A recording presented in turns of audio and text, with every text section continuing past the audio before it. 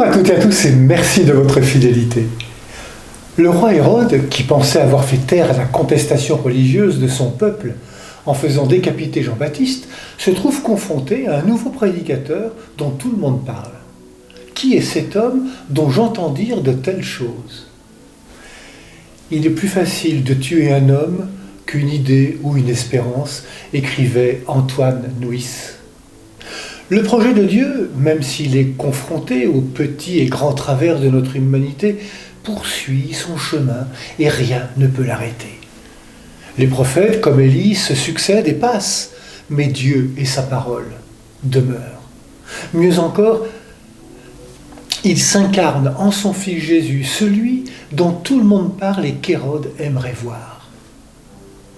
Ils se verront tous les deux au cours du procès de Jésus. Écoutons ce que dit l'évangéliste Luc.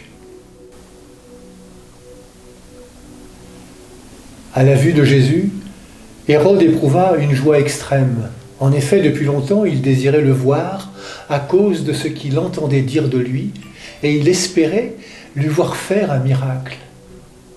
Il lui posa bon nombre de questions, mais Jésus ne lui répondit rien.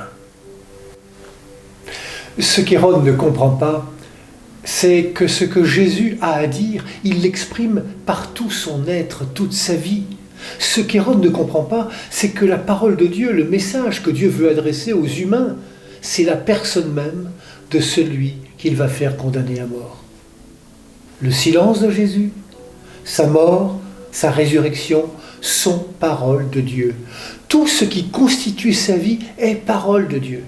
Une parole incarnée qui entre en dialogue et qui attend un cœur qui écoute pour y faire son travail d'enfantement.